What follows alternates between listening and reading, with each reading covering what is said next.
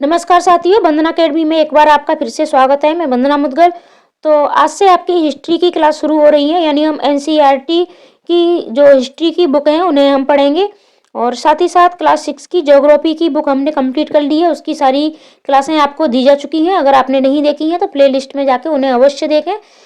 तो आज से आपकी हिस्ट्री की क्लास शुरू हो गई और साथ ही साथ हिस्ट्री के साथ ही साथ मैं आपको पॉलिटी की भी क्लासें दूंगी। तो इसकी भी आपको क्लासें कल से शुरू कर दूंगी मैं। एक दिन आपको हिस्ट्री की क्लास मिलेगी और दूसरे दिन आपको पॉलिटी की, यानी एक एक दिन आपको दोनों क्लासें मिलती जाएंगी, क्योंकि समय आपके पास बहुत कम है और आपको सारी बुकें अवश्य पढ़नी है। एनसीईआरटी पढ़ना आपके लिए बहुत ज़्यादा जरूरी है, क्योंकि बिना एनसीईआरटी पढ़े हुए पेपर सेकंड क्लियर करना थोड़ा मुश्किल हो जाता है, क्योंकि दिन ब दिन आपका सिलेबस बदलता जा रहा है। तो फिर आपके जो विवादित प्रश्न होते हैं वहाँ फिर आपको एनसीईआरटी ही काम आती है। तो इसलिए एनसीईआरटी अवश्य पढ़ें, साथ ही साथ प्रीवियस ईयर्स के प्रैक्टिस सेट अवश्य लगाएं। मैं तो ये कहूँगी कि अब आपके पास समय बहुत कम है, तो आप ज़्यादा से ज़्यादा प्रीवियस ईयर्स के प्रैक्टिस सेट लगाइए। कोशिश करूँगी कि मैं आपको एसएसटी के प्रीवियस ईयर्स के जो प्रैक्टिस है, यानी पेपर हैं प्रीवियस ईयर्स के, उनकी भी प्रैक्टिस दूं और मैं पूरी कोशिश करूंगी अपनी तरफ से। तो चलो शुरुआत करते हैं। आज आपका चैप्टर फर्स्ट है, ये आपकी क्लास 6 की सोशल साइंस हमारे अतीत का चैप्टर फर्स्ट है। तो हम इसको शुरुआत करते हैं चैप्टर को। अध्याय फर्स्ट, क्या कब कहाँ और कैसे, यानी इस चैप्टर में हम पढ़ेंगे क्या कब कहाँ और कैसे। ठीक है, और ये आपके ये जो प्रश्न होते हैं, ठीक है, ये कैसे प्रश्न होते हैं, ये आपके अपसारी प्रश्न होते हैं। ठीक है, ये कैसे प्रश्न होते हैं, अपसारी प्रश्न होते हैं। और इस तरीके के ये जो प्रश्न होते हैं ये आपके कैसे होते हैं, ये पॉजिटिव होते हैं। और जहाँ भी बच्चों से आप इस तरीके से प्रश्न पूछ सकते हो, ठीक है, आपका ईवीएस हो चाहे हिंदी हो सीडीपी हो, तो ये आपके अपसारी प्रश्न हो जाते हैं। तो ये आपका पॉजिटिव पॉइंट होता है और ये आपके मतलब बच्चों से आपको अवश्य पूछने चाहिए। इस तरीके से आप बच्चों से प्रश्न, कोई भी प्रश्न पूछते हैं तो इसका क्या कारण होगा, ये कब हुआ, कहाँ होगा, कैसे होगा, क्या कारण हो सकते हैं, इस तरीके से आप बच्चों से अवश्य पूछने चाहिए। आपको एक अभिसारी होता है और एक आपका अपसारी होता है। ठीक है, यानी अपसारी का अर्थ होता है कि हमारा एक जो आंसर है, यानी एक हमारा प्रश्न है तो उसके कहीं सारे आंसर हो सकते हैं। ठीक है, तो ये हमारा क्या होता है, अपसारी होता है। और जिसका एक बना बनाया हुआ क्या कहते हैं, बना बनाया हुआ जो उत्तर होता है वो हमारा अभिसारी होता है। तो हमें हमेशा अपसारी प्रश्नों को ही पूछना है बच्चों से। तो ये तो बात हो गई आपकी थोड़ा हटके इससे। तो हम चलो चैप्टर को पढ़ते हैं, क्योंकि हमें सिर्फ चैप्टर पढ़ना है। ये रसीदा है। ठीक है, रसीदा बेटी अखबार पढ़ रही थी, अचानक उसकी निगाह एक सुर्खी पर पड़ी। 100 साल पहले। वह सोचने लगी कि ये कोई कैसे जान सकता है कि इतने वर्षों पहले क्या हुआ था। यानी सोच के देखो तो ये भी बड़े उसकी बात है कि 100 साल पहले क्या हुआ था, हम कैसे पता लगा सकते हैं। तो कैसे पता लगाएं, ये जानने के लिए कि कल क्या हुआ था तुम रेडियो सुन सकते हो, टेलीविजन देख सकते हो या फिर अखबार पढ़ सकते हो। और साथ ही ये जानने के लिए कि पिछले साल क्या हुआ था तुम किसी ऐसे व्यक्ति से बात कर सकते हो जिसे उस समय की स्मृति हो, स्मृति में से याद हो। लेकिन बहुत पहले क्या हुआ था ये हम कैसे यानी ये कैसे कोई जान सकता है। और कल की बात हम जान सकते हैं, 1 साल पहले की बात हम जान सकते हैं। अब बात है अतीत के बारे में। अतीत कहते हैं यानी बीता हुआ। ठीक है, यानी बीता हुआ कल, ये हमारा होता है अतीत, हमारा पास्ट। अतीत के बारे में बहुत कुछ जाना जा सकता है, जैसे लोग क्या खाते थे, कैसे कपड़े पहनते थे, किस तरह के घरों में रहते थे। हम आखेटकों यानी शिकारियों, पशुपालकों, कृषकों, शासकों, व्यापारियों, पुरोहितों, शिल्पकारों, कलाकारों, संगीतकारों या फिर वैज्ञानिकों के जीवन के बारे में जानकारियां हासिल कर सकते हैं। यही नहीं, हम ये भी पता कर सकते हैं कि उस समय बच्चे कौन कौन से खेल खेलते थे, कौन सी कहानियां सुना करते थे, कौन से नाटक देखा करते थे या फिर कौन कौन से गीत गाते थे, लोग कहाँ रहते थे। अब ये आपका मानचित्र है, ठीक है, इसमें दिया गया है नीचे में नर्मदा नदी का पता लगाओ। ये आपको एक्टिविटी करनी है, बच्चों से भी करवानी है और खुद भी आपको देखना है। कई लाख वर्ष पहले से लोग इस नदी के तट पर रह रहे हैं।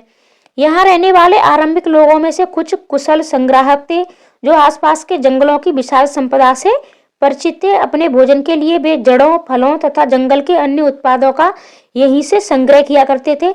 वे जानवरों का आखेट भी किया करते थे, यानी वो संग्रह का अर्थ है यानी जमा करने वाले।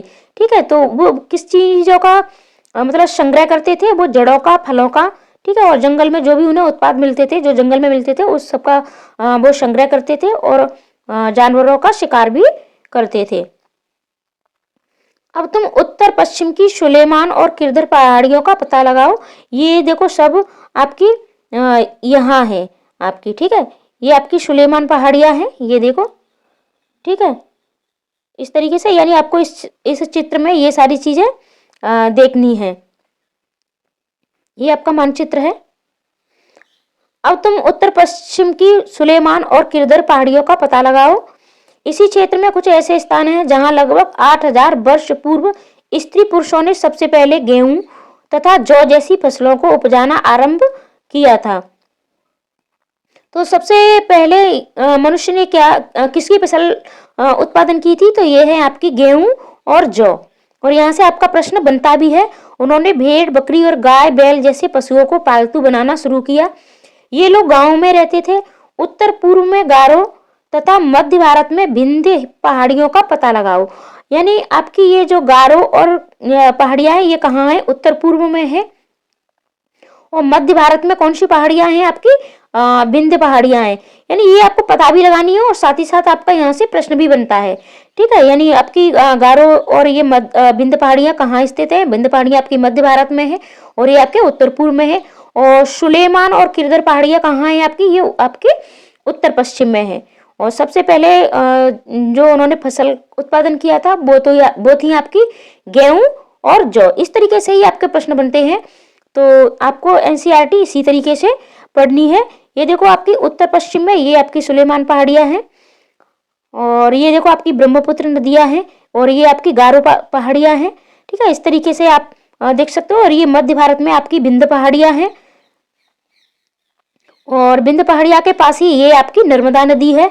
और यहाँ से आपके अभी ये सारे प्रश्न पूछे भी गए थे और मैं आपको हमेशा से बताती रहती हूँ। और जब भी मैं आपको क्लास देती हूँ, एनसीईआरटी पढ़ाती हूँ और या फिर आपको प्रैक्टिस सेट लगवाती हूँ, कि आपको मानचित्र देखना अवश्य आना चाहिए। अपने भारत का मैप आपको अच्छे से आना चाहिए। कौन सी पर्वत श्रृंखलाएं कहाँ स्थित हैं, कौन सा राज्य कहाँ स्थित है, कौन सी नदियाँ कहाँ स्थित हैं, इन सब पर आपको जानकारी अवश्य होनी चाहिए। और साथ ही साथ आपको विश्व का मैप भी जरूर आना चाहिए। अब बात करते हैं मानचित्र पर सिंधु तथा इसकी सहायक नदियों का पता लगाने का प्रयास करो। यानी मानचित्र पर आपको सिंधु और इसकी सहायक नदियों का पता लगाना है। तो अभी देखो हमने यहाँ देखी थी, ठीक है। ये आपकी सिंधु नदियाँ हैं। देखो ये सिंधु नदियाँ आपकी, ये आ गई आपकी सिंधु नदी। यानी आपको पता होना चाहिए कि कौन सी नदियाँ कहाँ हैं आपकी। ये आपका उत्तर होता है, ठीक है। और नीचे आपका ये दक्षिण होता है, हमेशा आपको याद रखना है। ये आपका दक्षिण हो गया और इधर आपका पूर्व हो गया, ठीक है। और ये आपका पश्चिम और इधर आपका पश्चिम और ये बीच वाला ये आपका उत्तर पश्चिम हो जाता है, ये उत्तर पूर्व हो जाता है। इस तरीके से दिशाएं मैंने कई बार आपको बताई है, तो इस तरीके से आपको दिशाएं आनी चाहिए। और ये आपकी सिंधु नदी है। मैप आपको मैं ज़्यादा नहीं पढ़ाऊंगी, मैप आपको स्वयं से पढ़ना पड़ेगा। और अगर आप चाहते हो कि आपको इसकी पीडीएफ मिल जाए तो आप हमारे टेलीग्राम ग्रुप को ज्वाइन कर सकते हैं। लिंक मैं डिस्क्रिप्शन में दे देती हूँ आपको। अब मानचित्र पर आपको सिंधु तथा इसकी सहायक नदियों का पता लगाने का प्रयास करो। सहायक नदियां उन्हें कहते हैं जो एक बड़ी नदी में मिल जाती हैं। और इन सहायक नदियों से आपका प्रश्न सीटेट में कई बार पूछा भी गया है। आप प्रीवियस ईयर्स के प्रैक्टिस सेट देख लीजिएगा। और तो यहाँ से आपका प्रश्न बनता भी है। यानी सहायक नदियाँ किसे कहते हैं? यानी छोटी छोटी नदियाँ जो बड़ी नदी में जाके मिल जाती हैं, उन्हें हम सहायक नदियाँ कहते हैं।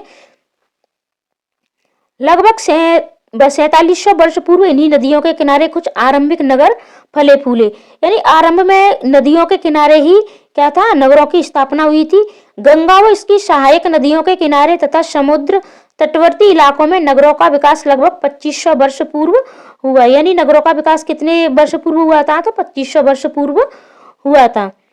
अब ये आपका मानचित्र के बारे में थोड़ा सा बताया गया है, तो इसको देखते हैं। मानचित्र एशिया यानी एशिया आधुनिक भारत, पाकिस्तान, बांग्लादेश, नेपाल, भूटान और श्रीलंका और अफगानिस्तान, ईरान, चीन तथा म्यांमार आदि पड़ोसी देशों को दर्शाता है।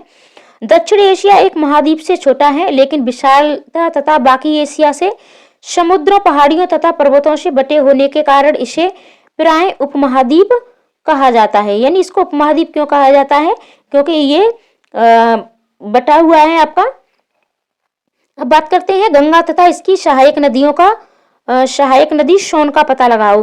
यानी आपको गंगा और इसकी सहायक नदी और सोन नदी का पता लगाना है। गंगा के दक्षिण में इन नदियों के आसपास का क्षेत्र प्राचीन काल में मगध और वर्तमान में ये क्या है, बिहार है, नाम से जाना जाता था। इसके शासक बहुत शक्तिशाली थे और उन्होंने एक विशाल राज्य स्थापित किया था। देश के अन्य हिस्सों में भी ऐसे राज्यों की स्थापना की गई थी। लोगों ने सदैव उपमहाद्वीप के एक हिस्से से दूसरे हिस्से तक यात्रा की।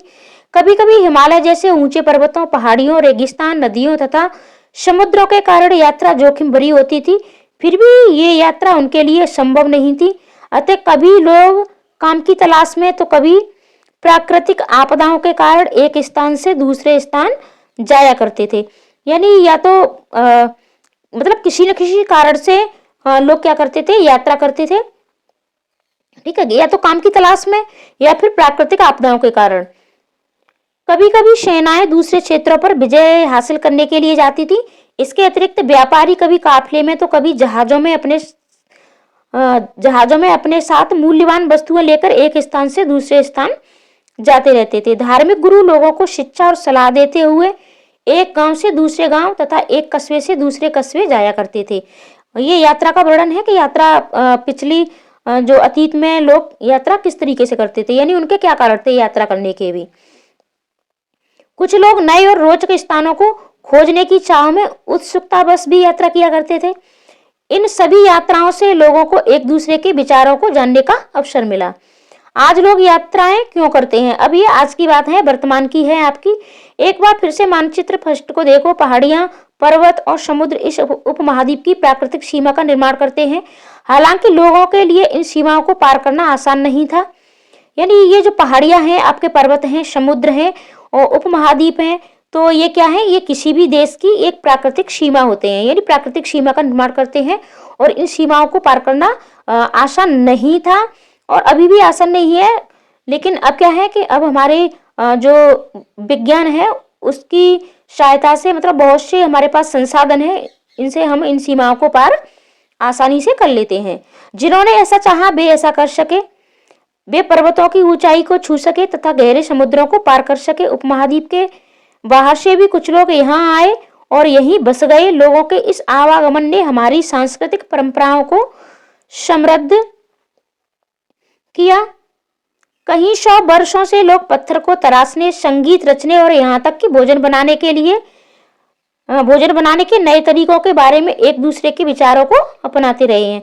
अब बात करते हैं देश के नाम, ठीक है। अपने देश के लिए हम प्राय इंडिया तथा भारत जैसे नामों का प्रयोग करते हैं।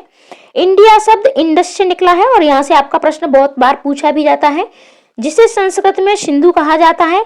अपने एटलस में ईरान और यूनान का पता लगाओ। लगभग 2500 वर्ष पूर्व उत्तर पश्चिम की ओर से आने वाले ईरानियों और यूनानियों ने सिंधु को हिंदोस अथवा इंदोस और इस नदी के पूर्व में स्थित भूमि प्रदेश को इंडिया कहा।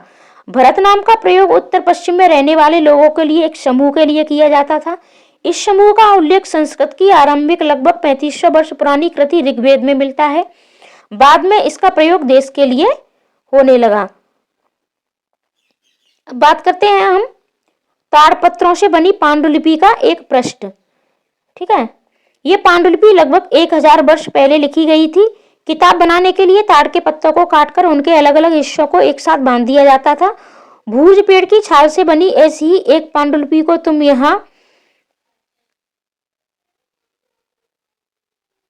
देख सकते हो, ठीक है। अब बात करते हैं अतीत के बारे में कैसे जाने। और ये आपकी है, ये भोजपत्र है और इस पे ये पांडुलिपि है। ये यानी पांडुलिपि कहते हैं हाथ से लिखी हुई, ठीक है। यानी जिसको हम हाथ से लिखते हैं वो हमारी पांडुलिपि होती है।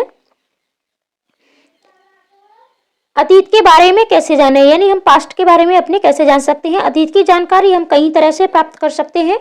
इनमें से एक तरीका अतीत में लिखी हुई पुस्तकों को ढूंढना और पढ़ना है। ये पुस्तकें हाथ से लिखी होने के कारण पांडुलिपि कही जाती हैं। अंग्रेजी में पांडुलिपि के लिए प्रयुक्त होने वाला मैन्युस्क्रिप्ट शब्द लैटिन शब्द मेनू, जिसका अर्थ हाथ है, से निकला है। ये पांडुलिपियां प्राय ताड़पत्रों अथवा हिमालय क्षेत्र में उगने वाले भूर्ज नामक पेड़ की छाल से विशेष तरीके से तैयार भोजपत्र पर लिखी जाती हैं। यानी पांडुलिपियां कहाँ लिखी जाती हैं, तो ये भोजपत्र पर लिखी जाती हैं। और ये पांडुलिपि का क्या अर्थ होता है, पांडुलिपि का यानी हाथ से तैयार। और यहाँ से आपके प्रश्न इसी तरीके से सीधे सीधे पूछे भी जाते हैं। इतने वर्षों में इनमें से कहीं पांडुलिपियों को कीड़ों ने खा लिया तथा कुछ नष्ट कर दी गई, फिर भी ऐसी कहीं पांडुलिपियां आज भी उपलब्ध हैं। प्राय ये पांडुलिपियां मंदिरों और बिहारों में प्राप्त होती हैं। इन पुस्तकों में धार्मिक मान्यताओं, व्यवहारों, राजाओं के जीवन, औषधियों तथा विज्ञान आज सभी प्रकार के विषयों की चर्चा मिलती है। यानी इन पांडुलिपियों में हमें क्या क्या मिलता है, तो हमें राजाओं के जीवन, व्यवहार, मान्यताएं, ठीक है, यानी धार्मिक जो मान्यताएं होती हैं, औषधियों, विज्ञान, इन सभी विषयों की चर्चा मिलती है। इनके अतिरिक्त हमारे यहाँ महाकाव्य, कविताएं तथा नाटक भी हैं। इनमें से कहीं संस्कृत में लिखे हुए मिलते हैं, जबकि अन्य प्राकृतिक और तमिल हैं। प्राकृतिक भाषा का प्रयोग आम लोग करते थे। हम अभिलेखों का भी अध्ययन कर सकते हैं। ऐसे लेख पत्थर अथवा धातु जैसी अपेक्षाकृत कठोर सतहों पर उत्कीर्ण किए गए मिलते हैं। ठीक है, यानी आपके जो पत्थर होते हैं उस पर या फिर धातु पर जो लिख दिया जाता है उन्हें हम क्या कहते हैं, उन्हें हम अभिलेख कहते हैं। कभी कभी शासक अथवा अन्य लोग अपने आदेशों को इस तरह उत्कीर्ण करवाते थे ताकि लोग उन्हें देख सकें, पढ़ सकें तथा उनका पालन कर सकें। कुछ अन्य प्रकार के अभिलेख भी मिलते हैं जिनमें राजाओं तथा रानियों सहित अन्य स्त्री पुरुषों ने भी अपने कार्यों के विवरण उत्कीर्ण करवाए हैं। उदाहरण के लिए प्राय शासक लड़ाइयों में अर्जित विजयों का लेखा जोखा रखते थे। ये देखो, आप देख पा रहे होंगे, ये आपका अभिलेख है। ठीक है, ये पत्थर पर अंकित है।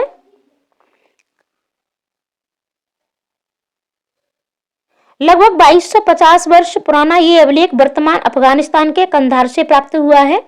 ये अभिलेख अशोक नामक शासक के आदेश पर उत्कीर्ण करवाया गया था। इस शासक के विषय में तुम अध्याय 8 में पढ़ोगे। ठीक है, और जब हम कुछ लिखते हैं तब हम किसी लिपि का प्रयोग करते हैं। लिपियां अक्षरों अथवा संकेतों से बनी होती हैं। जब हम कुछ बोलते अथवा पढ़ते हैं तब हम एक भाषा का प्रयोग करते हैं।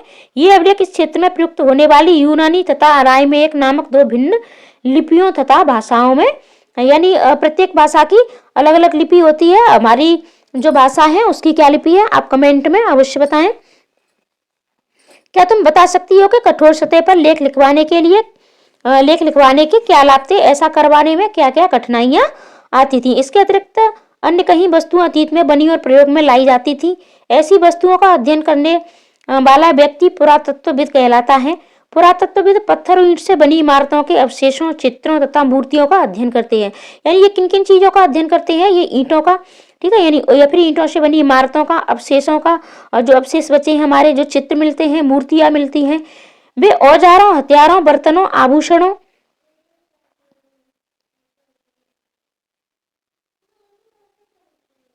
तथा सिक्कों की प्राप्ति के लिए छानबीन तथा खुदाई भी करते हैं। यानी इन चीजों की प्राप्ति के लिए वो क्या करते हैं, खुदाई तक भी करते हैं। ठीक है, छानबीन करते हैं और खुदाई भी करते हैं। ये देखो आपका है एक प्राचीन नगर से प्राप्त पात्र, ये आपका पात्र है। इस तरह के पात्रों का प्रयोग 4700 वर्ष पूर्व होता था। दाएं एक पुराना चांदी का सिक्का है, ये आपके पुराने चांदी का सिक्का है। इस तरह के सिक्कों का प्रयोग लगभग 2500 वर्ष पूर्व होता था। हमारे द्वारा आज प्रयोग में आने वाले सिक्कों से ये सिक्का कैसे भिन्न है, इस तरीके से आप बच्चों से प्रश्न कर सकते हो। और ये देखो, ये पात्र है आपका। इनमें से कुछ वस्तुएं पत्थर, पकी मिट्टी तथा कुछ धातु की बनी हो सकती हैं। ऐसे तत्व कठोर तथा जल्दी नष्ट न होने वाले होते हैं, यानी ये जल्दी नष्ट नहीं होते। ये आपकी धातु की या पकी मिट्टी से बनी हुई होती हैं। वीडियो थोड़ा लंबी हो सकती है क्योंकि चैप्टर आपका लंबा है, लेकिन धैर्य के साथ पूरी वीडियो अवश्य देखें और वीडियो के अंत तक अवश्य बने रहें। हो सकता है इसमें से आपका कुछ इंपॉर्टेंट लाइनें हो और कुछ नहीं भी हो, लेकिन एनसीईआरटी आपको अवश्य पढ़नी है, पूरी पढ़नी है, धैर्य के साथ पढ़नी है, क्योंकि ये आपकी तैयारी में बहुत ज्यादा आपकी मदद करेगी। पुरातत्वविद जानवरों, चिड़ियों तथा मछलियों की हड्डियां भी ढूंढते हैं। अब ये क्या क्या ढूंढते हैं, ये जानवरों, चिड़ियों तथा मछलियों की भी हड्डियां ढूंढते हैं।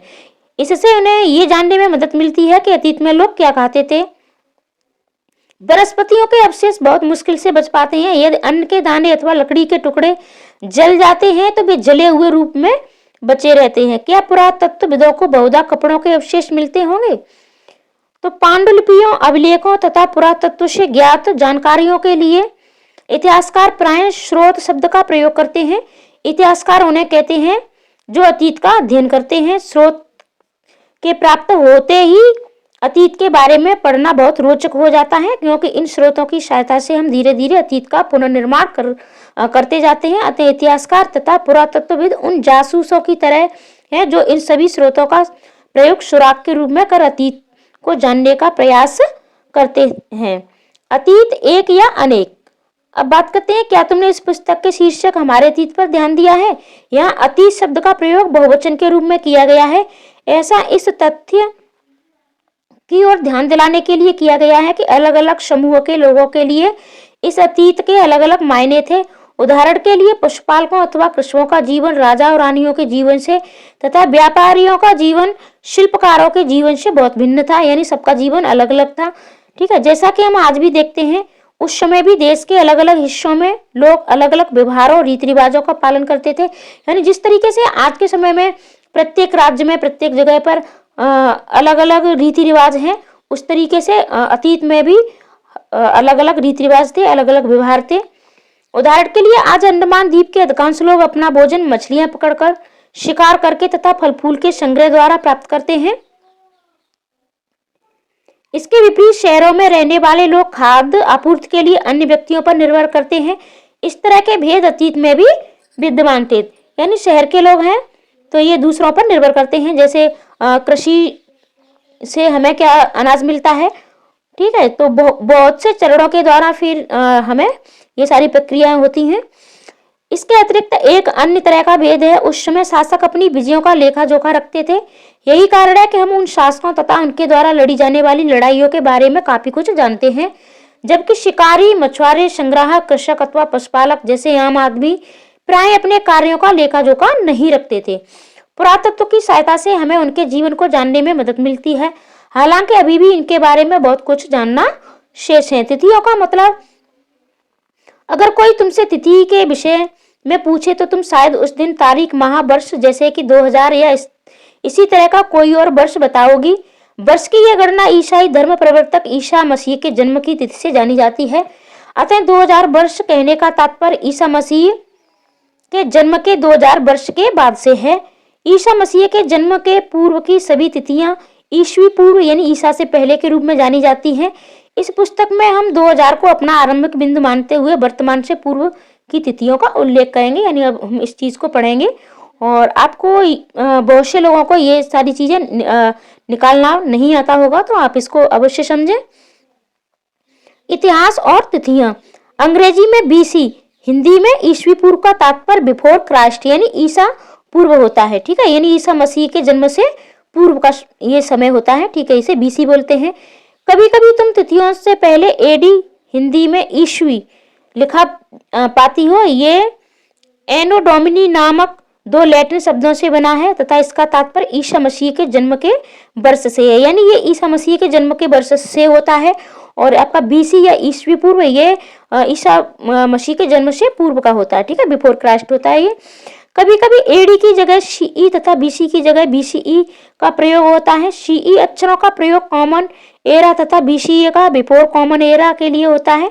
हम इन शब्दों का प्रयोग इसलिए करते हैं क्योंकि विश्व के अधिकांश देशों में अब इस कैलेंडर का प्रयोग सामान्य हो गया है। भारत में तिथियों के इस रूप का प्रयोग लगभग 200 वर्ष पूर्व आरंभ हुआ था।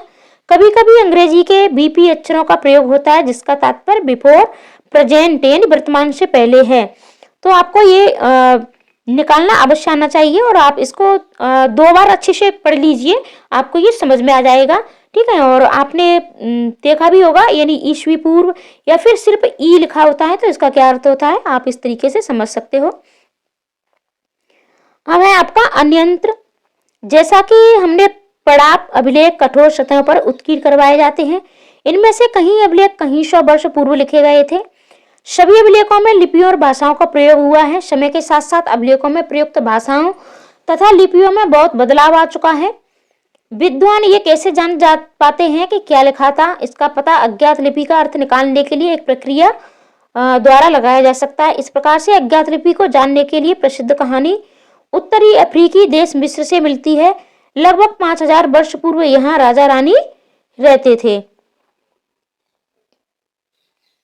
मिस्र के उत्तरी तट पर रोसेटा नाम का एक कस्बा है। यहाँ से एक ऐसा उत्कीर्णित पत्थर मिला है जिस पर एक ही लेख 3 भिन्न भिन्न भाषाओं तथा लिपियों यूनानी तथा मिस्री लिपि के 2 प्रकारों में है। कुछ विद्वान यूनानी भाषा पढ़ सकते थे। उन्होंने बताया कि यहाँ राजाओं तथा रानियों के नाम एक छोटे से फ्रेम में दिखाए गए हैं। इसे कारतूस कहा जाता है। इसके बाद विद्वानों ने यूनानी तथा मिस्री संकेतों को अगल बगल रखते हुए मिस्री अक्षरों की समानार्थक ध्वनियों की पहचान की। जैसा कि तुम देख सकते हो, यहाँ एल अक्षर के लिए शेर तथा ए अक्षर के लिए चिड़िया के चित्र बने हैं। एक बार जब उन्होंने ये जान लिया कि विभिन्न अक्षर किनके लिए प्रयुक्त हुए हैं, तो वे आसानी से अन्य अभिलेखों को भी पढ़ सके। हम ये चित्र देखते हैं। ये देखो, ये एल आपका ये शेर के लिए बना है, ठीक है। और इस तरीके से ये अक्षर बने हुए हैं आपके, इस तरीके से ये मिला के। ये देखो, ये एल, यहाँ ये फिर इसके लिए ही बना गया है। ये देखो ओ। तो इस तरीके से ये लिपियां हैं, ये हमारी पढ़ी जाती हैं।